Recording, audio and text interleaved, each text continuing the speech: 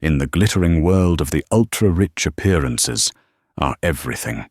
A world of private jets, 9-figure deals, and charity galas where the cost of the champagne could fund a small village for a year. In this world, Jasper Drake was a king, a self-made tech billionaire who had everything he ever wanted. And by his side was his wife, Grace, elegant, quiet, and in his eyes, increasingly plain. He saw her as a comfortable accessory, a relic of a past he had outgrown. But he forgot one crucial rule of the elite. The most dangerous players are the ones who never need to show their cards. What happens when the woman you dismiss is the one holding the entire deck? This is the story of a public humiliation that sparked a private war, and a wife who reminded her husband and the world that true power isn't worn on your sleeve, it's woven into the very fabric of your soul. The air in the back of the Rolls-Royce Cullinan was thick with an expensive, suffocating silence. It smelled of Italian leather and Grace's subtle gardenia-scented perfume, a fragrance Jasper Drake had once claimed to love. Now he didn't seem to notice it at all. His face, illuminated by the cold blue light of his phone, was a mask of chiseled indifference. He scrolled through stock market data, his thumb moving with a relentless, sharp efficiency that defined his entire existence. Grace smoothed a hand over the fabric of her dress. It was a deep, sapphire blue silk, a classic A-line, cut by a lesser-known but brilliant designer. She admired Carolina Herrera. It was understated, elegant, and timeless. It was in every way her. "Do you think the blue is too understated for the Starlight Gala?" she asked, her voice soft, a gentle probe into the fortress of his concentration. Jasper didn't look up. "It's fine, Jenin. It's a dress." "It's for the Children's Hospital fundraiser," she added, a hint of hope in her voice. "I thought something classic would be more appropriate than flashy." He finally lowered his phone, his grey eyes sweeping over her in a clinical, 1-second appraisal. It wasn't the look of a husband admiring his wife. It was the look of an investor assessing an asset that was underperforming. "Flashy is the point," he said, his tone flat. "People don't donate $100,000 at a charity auction because you look appropriate. They do it because they're caught up in the spectacle, the glamour. You look like you're heading to a parent-teacher conference, not the year's biggest philanthropic event." The words were like tiny shards of glass, and though she was used to them, they still found a way to cut. For 5 years, Grace had tried to be the perfect wife for the man he was becoming. She'd hosted his soulless dinner parties, smiled at his crass business partners, and tolerated the endless parade of ambitious sycophants who orbited him. She had muted her own colors, hoping to fit into the sleek monochrome world he was building. I don't feel comfortable in those skin-tight sequined things everyone wears," she confessed quietly. "It's not about comfort, Grace. It's about image." He sighed, turning back to his phone, as if the conversation was already a waste of his valuable time. "Our image." The unspoken word hung in the air. "My image." The car glided to a stop before the grand entrance of the museum, and the world outside erupted into a frenzy of flashing lights and muted shouts. The Starlight Foundation Gala was the pinnacle of the city's social calendar. As they stepped onto the red carpet, the cameras descended like hungry locusts. Jasper was in his element. He smiled, a perfectly calibrated display of power and charm. He placed a hand on the small of Grace's back, a proprietary gesture that was more for the cameras than for her. She smiled too, a practiced, gentle curve of her lips that didn't reach her eyes. Inside the grand hall was a breathtaking sea of glittering gowns and tailored tuxedos. Diamonds dripped from necks and wrists, and the air buzzed with the low hum of immense wealth. Jasper immediately released her, his eyes scanning the crowd for opportunities for connections, for anyone more important than the woman standing next to him.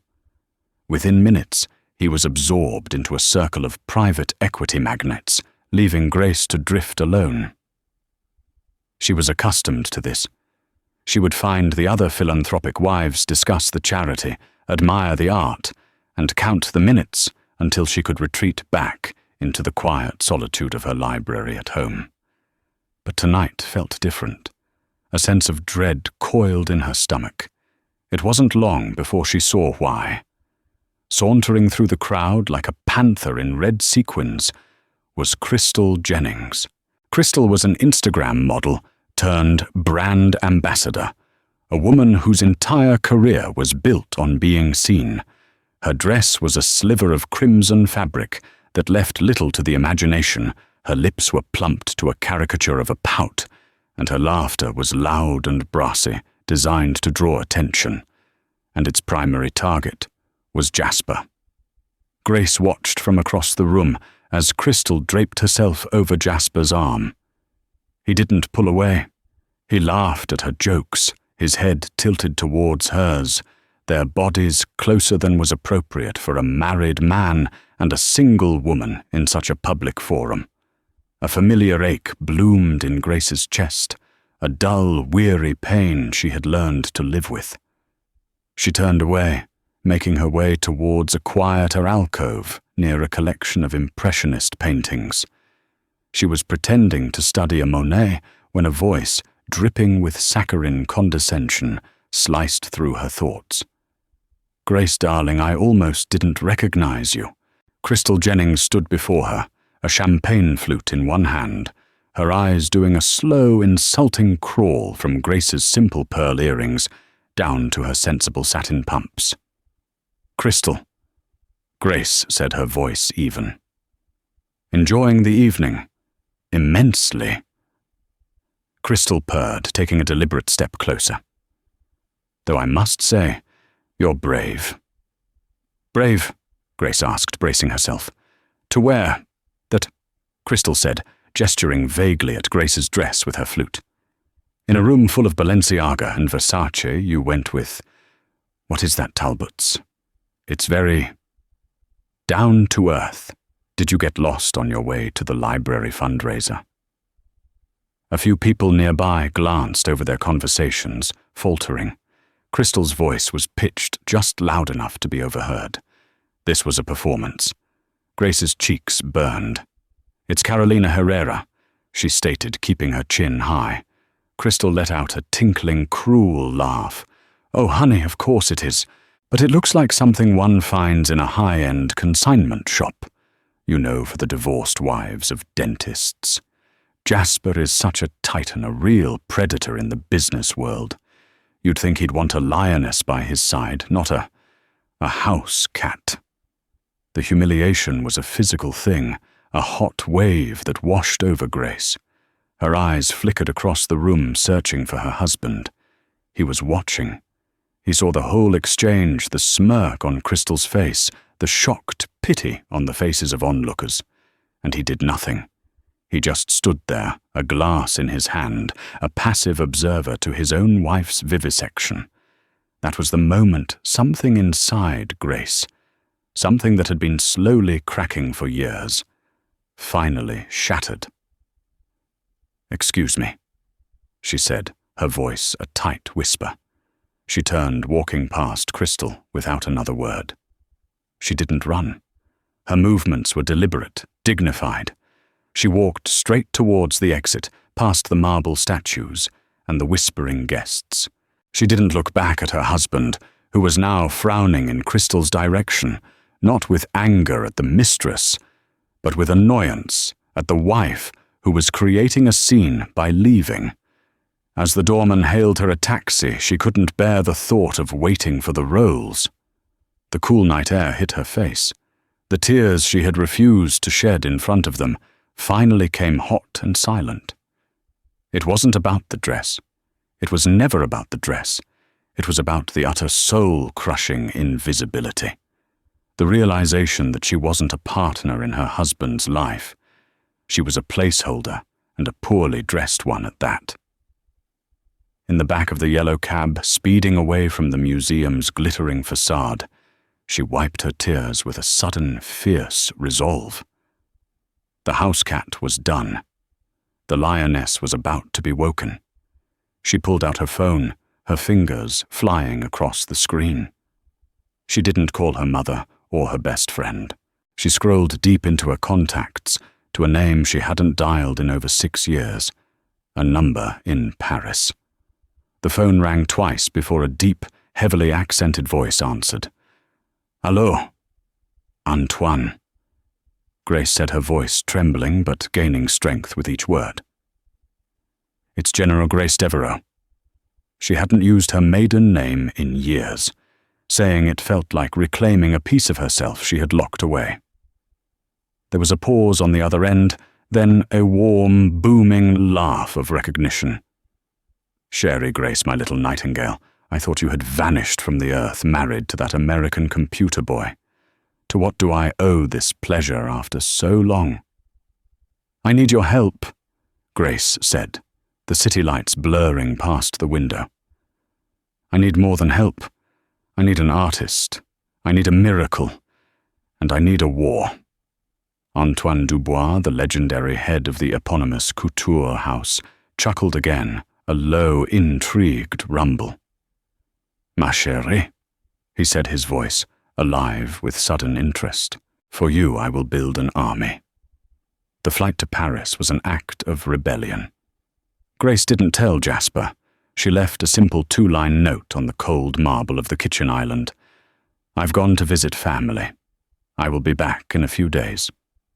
She packed a single suitcase, leaving behind the carefully curated wardrobe of Mrs. Drake and taking only the essentials.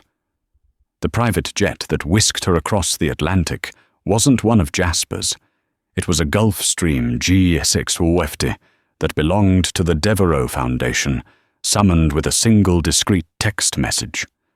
Jasper's response was a perfunctory text, hours later. "Fine, let me know when you're back." He didn't ask which family. He didn't ask if she was okay. He likely felt relieved to have her out of the way. It would give him unfettered time with Crystal. The thought, which once would have sent a spear of jealousy through her heart, now merely fueled the cold fire of her resolve. Paris was not just a city to Grace. It was a homecoming. She wasn't Grace Drake, the tech billionaire's quiet wife here. She was Grace Devereux, the only daughter of Jean-Luc and Isabelle Devereux, a family whose name was whispered with reverence in the worlds of art finance and haute couture. The Devereux fortune wasn't new and flashy like Jasper's. It was an ancient, sprawling empire built over centuries, rooted in banking vineyards in Bordeaux and a portfolio of impressionist art that could rival the Musée d'Orsay. She had walked away from it all for Jasper. She had met him during her graduate studies at Columbia, a brilliant, hungry and charming disruptor who saw her as Grace, the art history student, not Grace, the heiress. She'd fallen in love with the idea of being loved for herself, not her name. She had deliberately hidden the scale of her family's wealth, wanting to build a life on their own terms. But over time, as his star ascended, his hunger had turned into a different kind of appetite, one for status, for recognition, for the very world she had tried to escape. And in his eyes, she had become a relic of his humbler past, not the key to a future he couldn't even comprehend. The Atelier Dubois was tucked away on a quiet street off the Place Vendôme, its entrance so discreet you could walk past it a dozen times and never know that inside magic was being spun from thread and silk. Antoine Dubois greeted her at the door himself. He was a man in his late 70s with a shock of white hair, round spectacles, and an energy that could exhaust a man half his age. He embraced her in a hug that smelled of expensive cologne and creativity. "My nightingale," he boomed, holding her at arm's length. "Look at you. The sadness in your eyes is a crime against beauty. We will fix this. Come tell Uncle Antoine everything." over cups of impossibly strong espresso in his private salon, surrounded by sketches and bolts of exquisite fabric, Grace told him. She didn't cry. She recounted the gala, the mockery of her dress, Crystal's cruel words, and the profound, crushing indifference in her husband's eyes. She spoke of the years of being made to feel small, plain, and inadequate. Antoine listened, his expression growing stormier with each word. "This boy," he finally said, his voice a low growl. "This vendeur d'ordinateurs. He takes a swan and tries to convince her she is a pigeon. He doesn't see you, Grace. He sees a brand. And you are not a brand. You are a masterpiece." He stood up, pacing the room with renewed vigor. "So, we do not just make a dress. A dress is a bandage for a wound. We are not interested in bandages. We are interested in armor. We will remind this world and this little husband of yours exactly who a Devereux is." The next 3 days were a whirlwind. This was not a shopping trip. It was the strategic assembly of an arsenal. Antoine didn't take her to boutiques. He took her into the archives, the hallowed, climate-controlled vaults beneath his atelier, where pieces of fashion history were preserved. "Anyone with a black card can buy the latest season's Versace," he explained, running a reverent hand over a garment bag. "It is meaningless. It is loud, but it has nothing to say. A Devereux does not shout. She speaks, and the world leans in to listen." He unveiled his plan. Jasper had a major event in 10 days, the Drake Innovations Future Gala, a lavish affair to unveil his company's new satellite technology. It would be the biggest night of his career, with international media tech moguls and government investors in attendance. "This is our stage," Antoine declared. "You will not arrive with him. You will arrive separately. You will not be his wife. You will be an event in your own right." The centerpiece was the dress. Antoine had selected a piece from his own 1996 archival collection, a gown that had only ever been worn once on the runway. It was nicknamed the Starfall. It was not a dress of sequins and cutouts. It was a column of midnight blue silk velvet, so dark it was almost black. The fabric was specially woven to absorb light, creating an effect of infinite depth, and cascading down one shoulder across the bodice and pooling at the floor was an intricate hand-stitched embroidery of platinum thread and antique diamonds laid out to perfectly replicate the Cygnus constellation. It was a dress that didn't scream for attention. It commanded it with the silent, overwhelming power of the night sky. "But the dress is only the beginning," Antoine said, his eyes gleaming. He made another call. An hour later, a severe-looking woman with a leather briefcase arrived. She was from Cartier, from their high jewelry division, a department that served clients, so exclusive it didn't even have a public name. She opened the case on a velvet tray. Inside lay the Saphir du Ciel, the sky sapphire. It was a legendary 120-carat cornflower blue sapphire of Ceylonese origin, surrounded by a constellation of its own diamonds. It hadn't been seen in public for 50 years. It was part of the Devereux private collection, on loan to Cartier for museum exhibitions. It was Grace's birthright. She had never once worn a piece from the family vault, believing it to be too ostentatious. Now she looked at it not as a piece of jewelry, but as a weapon. The final pieces fell into place.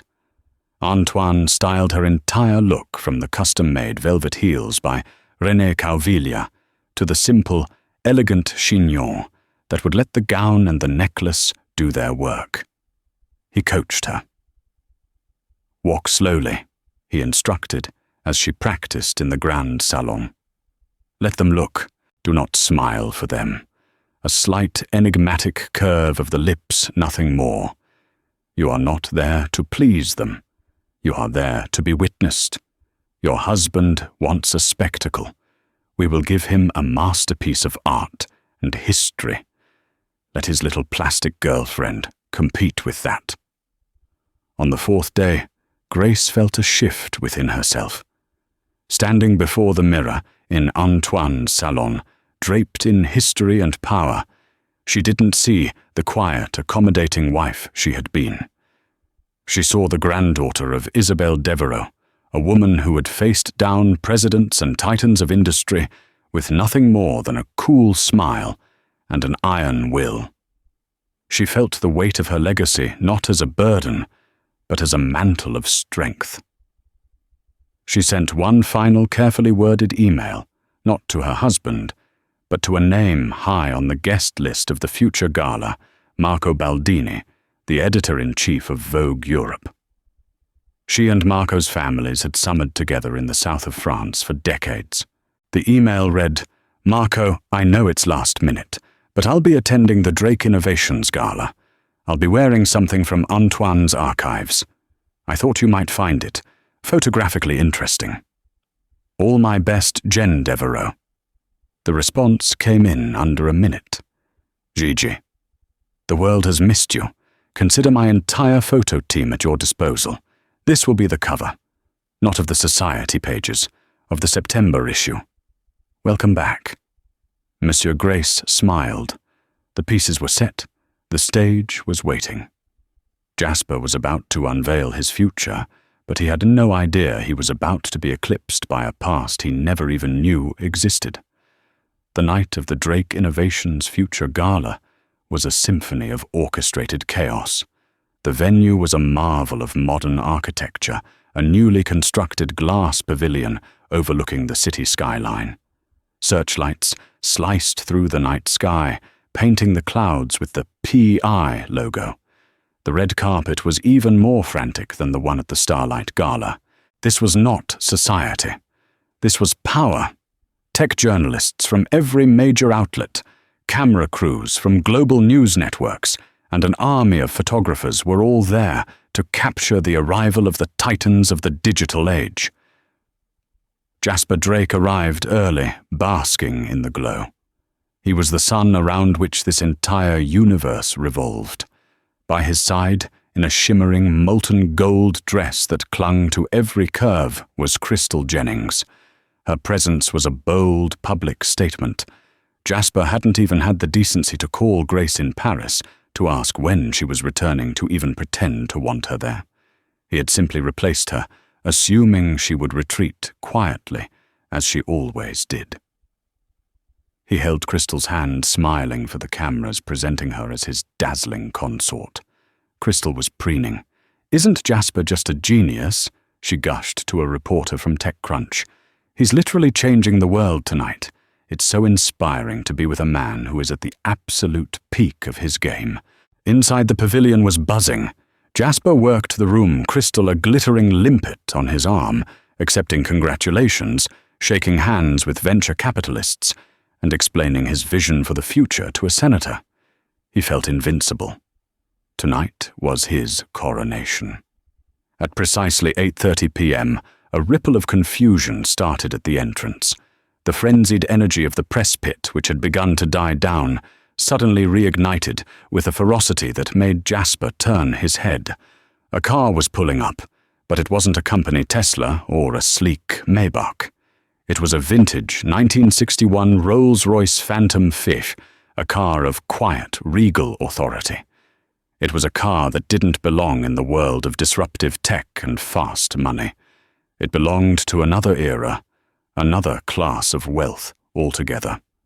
The doorman, a man accustomed to seeing celebrities and billionaires every day, seemed to stand a little straighter as he opened the passenger door.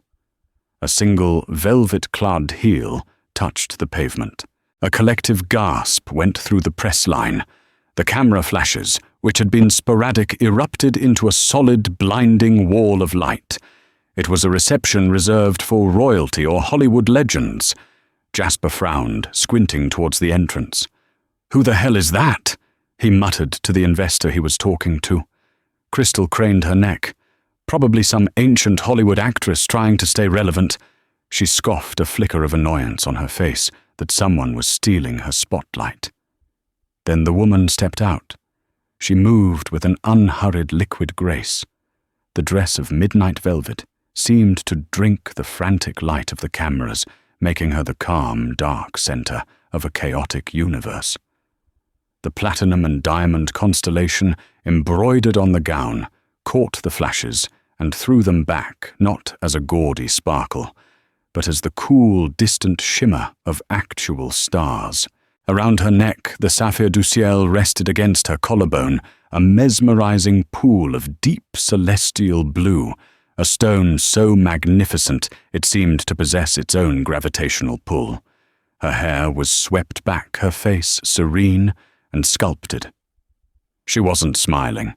Her expression was one of calm, almost regal detachment. She didn't look at the cameras. She looked straight ahead, as if the entire screaming mob of photographers was nothing more than a minor inconvenience. The whispers started rippling through the crowd, spreading from the red carpet into the pavilion. "Is that a vintage Dubois? My God, look at the necklace. Is that? It can't be. The Devereux sapphire. Who is she? Wait, is that Drake's wife?" Jasper heard the whispers. He saw the woman, but his brain couldn't connect the two. The woman at the door was an apparition of elegance and power. She was art. She was history. She was everything his world of cold, hard code and aggressive growth was not. His wife was the woman in the sensible blue dress, the quiet, mousy woman who arranged flowers and managed their social calendar. And then she turned her head slightly, and the light caught her profile. And Jasper Drake froze. His champagne glass, halfway to his lips, stopped. The blood drained from his face. The air left his lungs in a silent whoosh. The chattering senator beside him, the hum of the crowd, the entire multi-million-dollar event he had orchestrated it all, faded into a muffled, distant roar. It was Grace. His Grace. But it wasn't. This woman carried herself with an authority he had never seen. The quiet uncertainty was gone, replaced by a formidable stillness. The gentle deference in her eyes had been supplanted by an unreadable, intelligent calm. She wasn't looking for his approval. She didn't even seem to be aware of his existence. Marco Baldini, the editor of Vogue Europe, suddenly appeared by her side, kissing her on both cheeks. "Gigi, you are a vision," he murmured loud enough for those nearby to hear. "The world is not ready." He personally escorted her through the entrance, parting the sea of stunned onlookers. Crystal's jaw was literally hanging open. Her molten gold dress, which had seemed so glamorous moments before, now looked cheap and garish next to the timeless masterpiece Grace was wearing. Her own professionally applied confidence evaporated, replaced by a raw, ugly shock. That's your wife," she stammered, her voice a strangled squeak. "What is she wearing? Where did she get the—" Jasper couldn't answer. He was paralyzed, a statue in a bespoke suit. His mind was racing, trying to process the impossible data before him. The dress, the necklace, the car. The way Marco Baldini, a man who had snubbed him for a cover story 3 times, was fawning over her. None of it computed. He had built his empire on understanding systems, on predicting outcomes. This was a variable he had never even conceived of. Grace glided into the pavilion. She didn't look for him. Her eyes scanned the room with a cool, appraising gaze. She saw a group of people standing near a large, abstract painting, the elderly matriarch of a European banking family, a Japanese tech investor, known for his legendary art collection, and the French cultural attaché. They were the true power in the room, the old money elites Jasper had been trying to impress for years, with little success. And then the most baffling thing happened. As Grace approached them, their faces lit up with genuine warmth and recognition. "Grâce, ma chérie," the French attaché exclaimed, taking her hands. "It has been too long. You look just like your mother did at the Élysée Palace in '98. The Japanese investor bowed his head slightly. Mrs. Drake, or should I say, Mademoiselle Devereux. The sapphire is even more breathtaking in person. An honor to finally see it.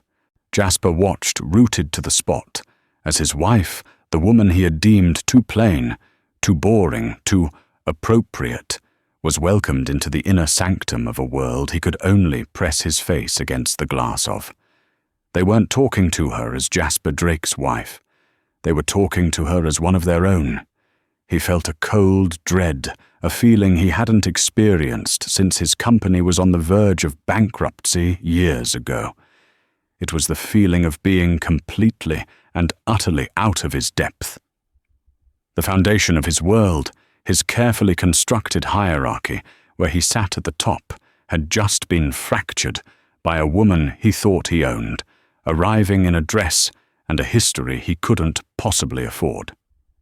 The cameras were still flashing, but for the first time that night, none of them were pointed at him. The chill that had frozen Jasper in place began to spread through his veins. He was a man who commanded rooms, who dominated negotiations, who controlled every variable. Now he was a ghost at his own celebration, watching a narrative unfold that he had no part in writing. Grace was a celestial body that had entered his orbit and thrown everything off its axis. She moved through the party with an effortless grace, a queen holding court. She didn't rush. She didn't seek anyone out. Instead, people came to her. A quiet word here, a shared laugh there. She spoke fluent French. With the attaché discussed the nuances of the Japanese Edo period with the investor, and debated the merits of a philanthropic initiative with the banking matriarch. She was not just participating in their world, she was a pillar of it. Crystal, recovering from her initial shock, was now vibrating with a toxic mix of jealousy and confusion. "Go talk to her," she hissed at Jasper, digging her painted nails into his arm. "What is going on? This is your night. She's ruining it." Jasper flinched, pulling his arm away. For the first time, Crystal's voice grated on him. Her gilded glamour, which he had found so intoxicating, now seemed shrill and one-dimensional. She was complaining about a ruined party while he was witnessing the complete implosion of his perceived reality. He finally moved his legs, feeling like lead. He started towards Grace, his mind a frantic jumble of questions. As he approached, he saw Crystal, unable to restrain herself, break away and stride toward Grace first. It was a disastrous miscalculation. Crystal intercepted Grace as she was concluding a conversation. Well, Crystal began, her tone dripping with forced nonchalance. "Quite the entrance. You finally decided to raid your grandmother's closet." Grace turned slowly. She didn't offer a retort. She simply looked at Crystal. Her gaze was not angry or hurt. It was something far more devastating. It was dismissive. She looked at Crystal Jennings the way a geologist might look at a common pebble, with a brief clinical assessment of its unremarkable nature, before turning her attention back to something of value. She held Crystal's gaze for a single, silent beat, then turned back to the cultural attaché. "As I was saying, Etienne," she continued, her voice calm and clear, "the Foundation is prepared to underwrite the entire Louvre restoration project for the Napoleonic wing." The dismissal was so total, so profound, that it was more effective than any insult. Crystal was left standing there, her mouth slightly agape, rendered utterly irrelevant. She had tried to start a fight with fists, only to find her opponent was waging a war with capital and culture. Humiliated, she flushed a deep red and scurried back to the bar. Now it was Jasper's turn. He managed to get Grace alone for a moment near the towering glass wall overlooking the city. "Jen," he said, his voice strained. "What is this? What are you wearing? That necklace?" "It's a dress, Jasper," she replied, her voice cool and even echoing his own dismissive words from the car ride to the Starlight Gala. "And a family heirloom." "Family heirloom. Your father was a history professor, and your mother a librarian," he said, bewildered. It was the story she had told him, a simplified version of the truth. Her father was a professor, but of economic history at the Sorbonne, and he sat on the board of the World Bank. Her mother was a librarian, but she was the chief acquisitions librarian for the Devereux Art Foundation. Grace allowed a small, cold smile to touch her lips. "I never lied to you, Jasper. I just allowed you to believe the version of my life that you were comfortable with. You never asked for more." The accusation hung in the air, sharp and undeniable. He had never been curious about her past beyond the superficial. He had seen what he wanted to see, a smart, pretty, uncomplicated woman from a respectable but unremarkable background, someone who wouldn't overshadow him. "The Devereux Foundation," he asked, the name finally clicking in his head from the conversation he'd overheard. "The one that's a silent partner in half the tech startups in Silicon Valley, the one everyone calls the Kingmaker Fund. My grandfather started it," she said simply, as if discussing the weather. "I'm on the acquisitions board." Jasper felt the floor drop out from under him. He had spent the last 2 years desperately trying to get a meeting with the Devereux Foundation to secure their investment for his next phase of expansion. He had been courting their junior partners, wining and dining, their analysts completely unaware that the key to the entire kingdom was sleeping in his bed every night, a key he had dismissed as a decorative trinket. But the final, most devastating twist was yet to come. The centerpiece of the evening was a private auction to fund a STEM education initiative, a pet project of Jasper's. The highlight was the sale of a small, obscure tech patent he owned, which he was donating to kickstart the bidding. The real purpose, however, was to attract a specific buyer. For months, the tech and art worlds had been buzzing about a mysterious, anonymous collector, known only by the pseudonym Ariadne. Ariadne was known for making bold, unexpected acquisitions, buying up everything from rare earth mineral rights to contemporary art, to most recently pivotal tech patents. Ariadne's involvement would lend his event an incredible level of prestige. He had secretly invited a representative hoping Ariadne would bid. The auctioneer took the stage. "We will now begin the bidding for the Drake Continuum patent," he announced. "A revolutionary piece of data compression technology. We will open the bidding at $1 million. The room was quiet. 1 million was a steep opening. "Do I have 1 million? The auctioneer asked. A hand went up in the back.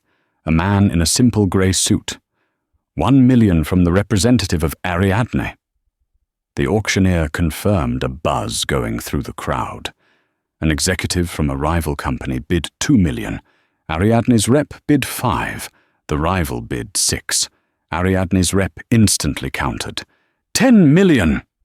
The room gasped. Jasper's heart pounded. This was exactly what he wanted. A bidding war driven by the mystique of Ariadne would make his patent, and by extension, him legendary. The rival executive, looking flustered, conferred with his team and reluctantly shook his head. $10 million, the auctioneer said, his voice booming. Going once, going twice. Before he could say, sold saw, Grace, who had been standing silently beside Jasper, spoke. Her voice wasn't loud, but it cut through the silence of the massive room with absolute clarity. 20 million, she said. The entire pavilion went dead silent. Every single head turned towards her. The auctioneer stared his gavel, frozen in mid-air. Jasper looked at her, as if she had just sprouted wings. "Jen, what are you doing?" he whispered frantically. "This is a charity auction. That's my patent." Grace didn't look at him. She looked at Ariadne's representative in the back, who was staring at her with wide-eyed shock before a slow smile of understanding spread across his face. He gave a subtle, almost imperceptible nod and lowered his hand, officially withdrawing from the bidding. I have a bid of $20 million from Mrs. Drake." The auctioneer stammered, looking at Jasper for confirmation. Jasper couldn't speak. His throat was dry. "The bid," Grace corrected him calmly, her voice resonating with quiet power, "is from Ariadne." The collective intake of breath in the room was like a vacuum. The puzzle pieces didn't just click into place, they slammed together with the force of a thunderclap. The mysterious collector, the powerhouse investor, everyone had been chasing the cultural icon maker, was Grace Devereaux Drake. "Going once," the auctioneer said, his voice trembling with excitement. "Going twice, sold for $20 million to Ariadne." The room erupted, not in applause, but in a frantic, feverish buzz of conversation. Jasper just stood there, his mind a white void. He had been trying to impress Ariadne all night, hoping to catch the eye of this powerful unseen force, while the entire time she had been standing beside him, invisible to him, in her plain blue dress. He had built this entire gala, this monument to his own success, only to discover that he was just a minor character in his own wife's far grander story. He hadn't just misjudged her. He had failed to see her at all, and in a room full of the world's most powerful people, Jasper Drake had never felt so small. The gala ended, not with a bang, but with the silent, decisive click of a vintage car door. Jasper watched the Rolls-Royce Phantom 5 pull away from the curb, its taillights receding into the city's glow until they were indistinguishable from the constellation of street lamps. The cacophony of the party he had orchestrated, the music, the chatter, the clinking glasses, faded into a dull, meaningless hum in his ears. He was adrift in the center of his own triumph, a king on a floating island, watching the continent of his reality drift away. People swirled around him, their faces flushed with champagne and excitement. A senator clapped him on the shoulder, congratulating him on a successful evening, his words about the future of technology lost in the roaring static of Jasper's thoughts. An investor shook his hand, her eyes alight with the news of Ariadne. But Jasper's grip was limp, his focus 1,000 yards away.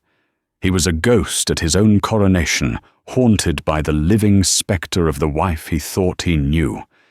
He went home alone, the drive in the sleek, silent Maybach, a car he usually took immense pride in, felt like a journey in a hearse.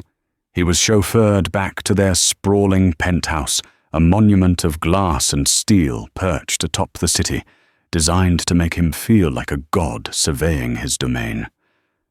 Tonight, it felt like a cage. The floor-to-ceiling windows that usually displayed his kingdom now seemed to mock him, reflecting the image of a solitary, diminished man. The space was filled with a silence that was profoundly different from its usual quiet. It was no longer the serene quiet of minimalist luxury. It was the heavy, suffocating silence of absence. On a beautifully sculpted armchair in the living room, a simple beige cashmere cardigan was draped one of Grace's, one of the boring pieces he'd subtly mocked. He walked over and touched the sleeve. The fabric was impossibly soft, still holding the faint, familiar scent of gardenia. It was a relic from a life that had existed only hours ago, a life he had carelessly dismantled. The scent, once a simple background note, now accused him. Sleep was an impossibility. He spent the night pacing the cold marble floors, his tablet in hand, as the first wave of news stories broke. The headlines were a series of brutal body blows. The Devereaux has landed philanthropic heiress, Grace Devereaux, Drake revealed as enigmatic investor, Ariadne. More than a muse. how a vintage Dubois gown and a legendary sapphire stole the show and announced a new power player, the Drake Gala's real story, not tech, but the re-emergence of a dynasty. He scrolled through photo after photo, Grace stepping from the car, a vision of midnight and stars. Grace speaking with the French cultural attaché, her expression poised and confident. Grace making her bid her calm voice, silencing a room of titans. Her Jasper Drake, the architect of the evening, was a background character, in every shot a blurred figure in a bespoke suit, his expression a mask of slack-jawed disbelief. The media had captured his exact moment of irrelevance for the entire world to see. The week that followed was a masterclass in psychological warfare, waged with absolute silence. His texts first demanding, then pleading, then apologetic were delivered but never read. His calls rang and rang before being swallowed by the detached politeness of voicemail. He was a man who could get anyone in the world on the phone in under 5 minutes, yet he couldn't reach his own wife. He ordered his top financial analysts to dig into the Devereaux Foundation. They came back with pages of public data, their philanthropic work, their board of directors, their historical investments. But the real ledgers, the true scale of their influence, were a black box. For the first time in his professional life, Jasper was confronted with a power that could not be hacked, bought or bullied. It was old-patient and utterly impenetrable. His world began to subtly tilt. The way his executive assistant Brenda looked at him had changed. There was a new flicker of something in her eyes, pity perhaps, or a newfound respect for the woman she had only ever known as the quiet, polite Mrs. Drake. The calls from his board members were no longer just congratulatory. They were inquisitive, laced with questions about Grace, about the Devereaux connection, questions he had no answers for. His carefully built universe had been predicated on the idea that he was its smartest, most powerful inhabitant. That illusion was now shattered. She finally came to him, a full week after the gala. She didn't come to their home, the space that held the ghost of their shared life. She came to his office, the citadel of his power. Brenda announced her arrival, not with an intercom call, but by personally knocking on his office door, her voice hushed with reverence. "Mr. Drake, your wife, is here to see you." When Grace walked in, she was not the celestial vision from the gala, nor the quiet woman in cashmere. She was a third person, one he had never seen before. Dressed in a razor-sharp navy blue suit by the row, her hair pulled back in a severe, elegant knot, she was the very picture of corporate authority. She carried a slim leather portfolio, and her movements were crisp, economical, and devoid of any sentimentality. She looked at the office at his oversized desk, his awards, the panoramic view he was so proud of, with the cool, appraising eye of a potential buyer. He stood his heart, hammering against his ribs. "Jen," he began, his voice hoarse, "thank God, I've been so worried. We need to talk. I had no idea. And I am so sorry. For everything. For Crystal. For the way I treated you. For the things I said. For all of it."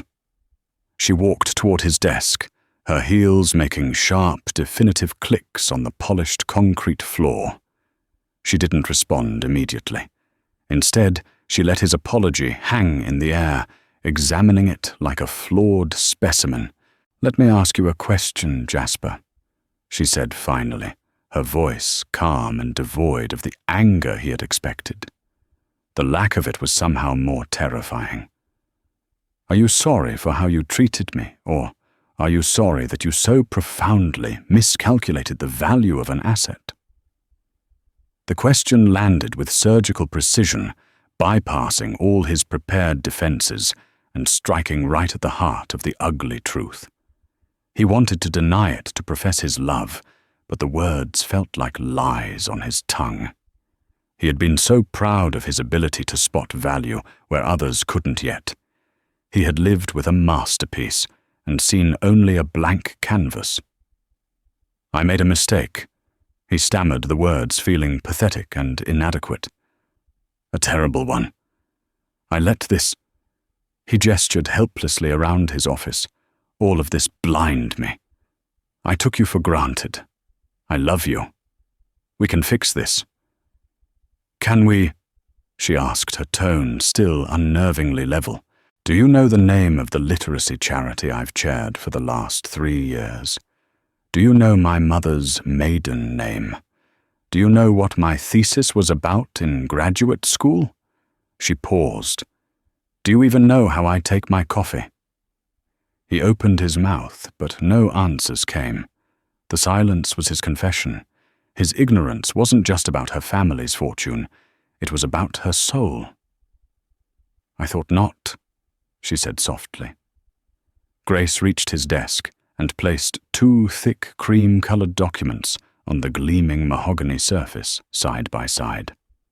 "I believe you when you say you regret your mistake. You've always been a pragmatist, quick to correct a flawed strategy. Which is why I'm here. Not to fix our marriage, but to renegotiate the terms of our partnership."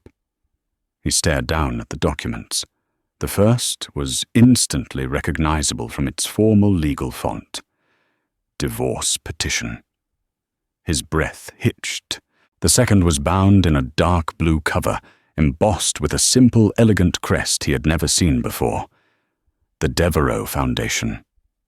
"The foundation," she explained, her voice, now taking on the crisp, clear tone of a CEO at a board meeting, was an anonymous seed-stage investor in the data compression algorithm that became the cornerstone of Drake Innovations. "My grandfather saw the potential in the technology. He also made a habit of installing fail-safes in his investments, especially when they involved young men with more ambition than experience. Our stake, held through a labyrinth of trusts and offshore entities, currently stands at 42%. As the newly appointed head of the Foundation's Technology Acquisitions and Oversight Committee, I am your new majority partner." Jasper collapsed into his leather chair. The air punched from his lungs. The foundation of his life, the core belief that he was a self-made man, crumbled into dust. He had never been the lone wolf, the visionary disruptor. He had been a well-managed investment, a prize stallion running in a paddock someone else had built for him. You're taking my company," he whispered the words, tasting of bile. "No," she said, and her correction was the cruelest, most brilliant part of her strategy. "Don't be ridiculous. You are an exceptional CEO, Jasper. Your drive and your vision are what grew this company into a global force. The company needs you at its helm. I am not removing you. I am simply taking my seat at the table, the one my family has been holding for me all along." She wasn't executing him. She was leashing him. She was leaving him the illusion of power, the title, the office, the public adoration, while seizing the real thing, ultimate control. He would still be king, but she would be the god he answered to. "The divorce will be quiet," she continued, tapping a perfectly manicured nail on the first document. "The settlement is, as you'll see, exceedingly generous. Our marriage, however, is over. Respect isn't a commodity that can be bought back once it has been squandered. It has to be earned. And my respect is no longer included in this partnership." She turned and walked towards the door, her mission accomplished. "Grace, wait," he called out, his voice broken, a desperate plea from the ruins of his world. "Why, after all this? Why?" She paused at the door, her hand on the handle, and looked back at him over her shoulder. The mask of the executive slipped for just a fraction of a second, and he saw a glimpse of the woman he had wounded. He saw the memory of the humiliation, the sting of the laughter, the coldness in his own eyes. "You and that woman, you laughed at my clothes." she said, her voice a quiet, clear bell of truth. You made me feel small and worthless over a piece of fabric. I went home that night and realized you had left me with a choice. She took a breath, the finality of her new reality settling around her like a mantle. I decided I'd rather own the whole company than ever again have to worry about what dress to wear to its party. The door clicked shut, leaving Jasper Drake alone in his glass tower. He was a billionaire, a titan of tech, a man who had everything he had ever chased. And he had just discovered he was a pauper, dethroned not by a competitor, but by the quiet, magnificent wife he had been too blind to see. Grace's story isn't just about a stunning dress or a dramatic revelation. It's a powerful reminder that our true value is never determined by someone else's opinion. It's about the strength that lies dormant within us, waiting for the right moment to emerge. It's about reclaiming your own narrative and refusing to be a minor character in your own life. We all have moments where we feel underestimated or invisible. But as Grace showed the world, the most powerful transformation doesn't happen on the outside with couture and diamonds. It happens on the inside when you finally decide to own your worth. Have you ever had a moment where you had to prove your worth to someone who underestimated you? Share your story in the comments below. We'd love to hear it. And if this story resonated with you, please hit that like button, share it with someone who needs to hear it, and make sure you subscribe to our channel for more tales of drama, intrigue, and ultimate empowerment. Thank you for listening.